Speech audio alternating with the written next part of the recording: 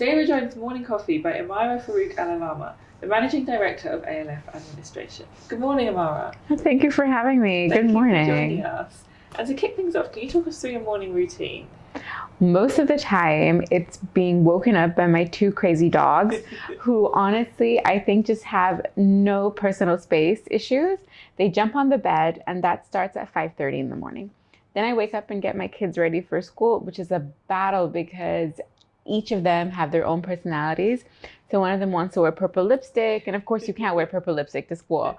And then the other one is just, one of them is sporty and the other twin. So I have three daughters, basically. So my whole morning, up until I get them out of the door, is basically a shouting match. Okay, and can you tell us a little bit about how you came to be doing the role that you're doing today? It was a very interesting concept for me because it's nothing to do with my background. I studied criminology and I have a master's degree in that. And for the longest time, I worked in government entities based on that aspect. It wasn't until a certain situation that happened to me in the workforce when I was actually told as a woman I wasn't capable of answering a simple answer, and I was only supposed to wait until I was asked to talk. Which kind of made me realize that, no, I need to teach the children here, whether they are men or women, it doesn't matter, but they have to have more confidence, more leadership skills, that they should not be, they should not have anybody tell them how they are, or when they can speak or when they can't. Yeah. And so I set up my company, which is called ALF Administration. In transition, it's Alif, which is like the first letter of the Arabic alphabet, or ALF, so Advanced Learning Formula. So we kind of toyed with what was the name for it. We wanted it to have meaning. So it's all about just learning and development, and we teach anywhere from Emirati to expats born and raised in the UAE. That is my most passionate part of my job. So a lot of people don't know the full segmentation about ALF administration. So one part of it is, like I said, is the mainstream teaching and coaching and career path development for Emirati and expat youth. But there's another part of it, which is the most personal, and the part that I love the most is we help divorced and widowed women get back into the workforce. So basically what we do is, and it's not just for the UAE, it's all over the GCC, and it's open to any nationality. And what we do is we offer them, especially in rural areas of the UAE. So for example, Kalba, Tiba, they're little outskirt towns. If the women can't leave their little town or their village, what we do is we empower them by giving them computers and printers, and we teach them how to, simple things that just empowers them. Maybe print a brochure for us, or create a PowerPoint presentation for us. And a lot of the times, I'll be having big seminars and talks at IBM or Procter & Gamble, and I'll have the PowerPoint presentation in the background.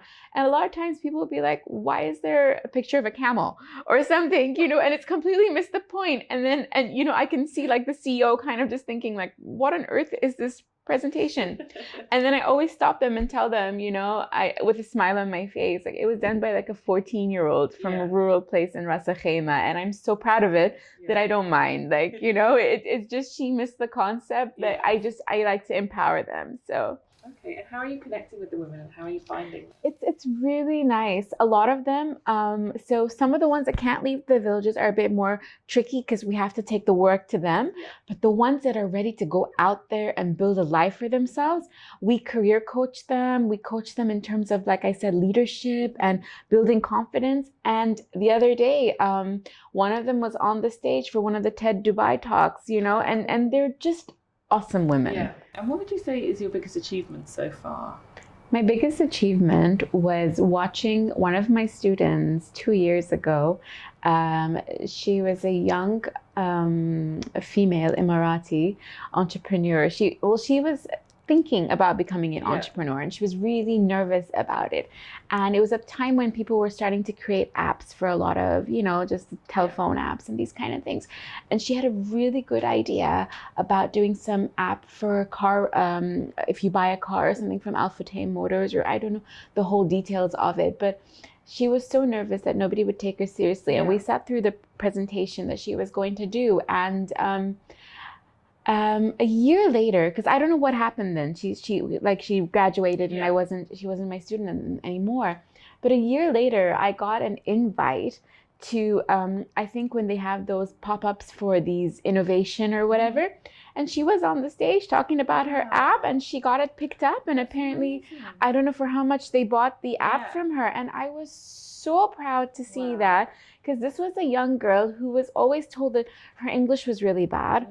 She wouldn't amount to anything, and her confidence was shot. And just to see her there, that was like the best thing ever. Wow, that's really cool. And actually going back to your children, I wanted to ask you, how do you manage all of this and this busy lifestyle with being a mum? Coffee and lots of coffee, lots and lots of coffee. I think I have to remember a lot of times is that, I kind of make jokes all the time, about my children, and I kind of say, I'm going to put them up for eBay, and see if anybody will take a hit, But you know what, they're a great blessing. And I'm told that the nicer I am to them, they won't put me in an old folks home. So I'm kind of like looking forward to that. Okay, and what do you still want to achieve with what you're doing? I think I want to be at a stage where I can pass the baton to somebody else and that they can take it over. We have a lot of young interns who work for us because we encourage a lot of involvement from students and universities and first-time workers, and we have 3 really amazing Emiratis and 2 expat girls who intern with us.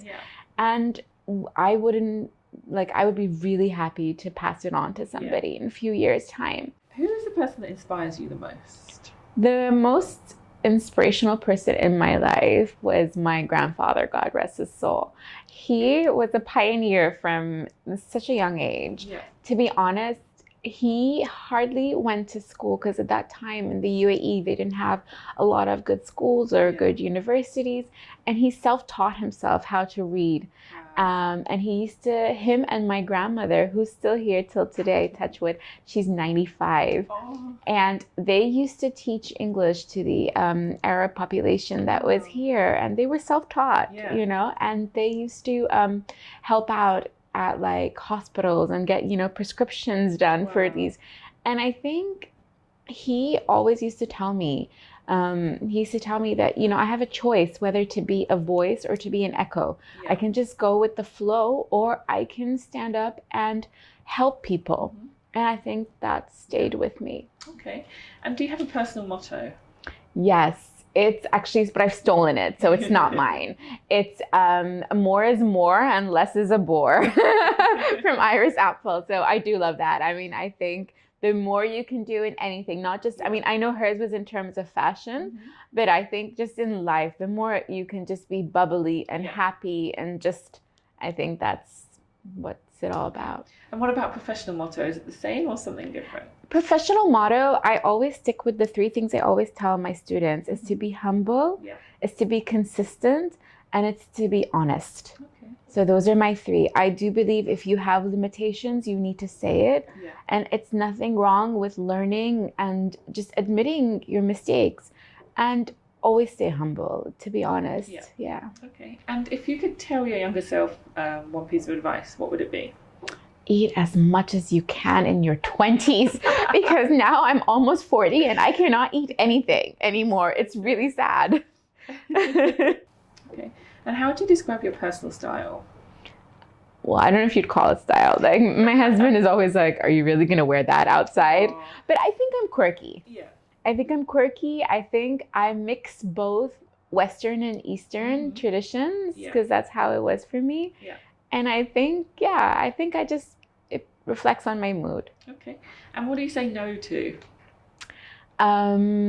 I do say no to a lot of late night events, to be honest. And I do say no to a lot of negativity. I think because I try to be as positive as I can, that I just can't be around a lot of negativity. And I think one of the things that I taught myself was that sometimes you just gotta let go of negative people and regardless if they're family or friends. You just gotta let them go. Yeah. Okay. And for a final question, can you tell me how you'd like the world to remember you? I would like the world to remember me as someone that I guess left them a little bit happier after they met me. Okay, nice. Thank you. Thank you for having that. me. Thank you so much. Thank you for watching. We'll see you next time.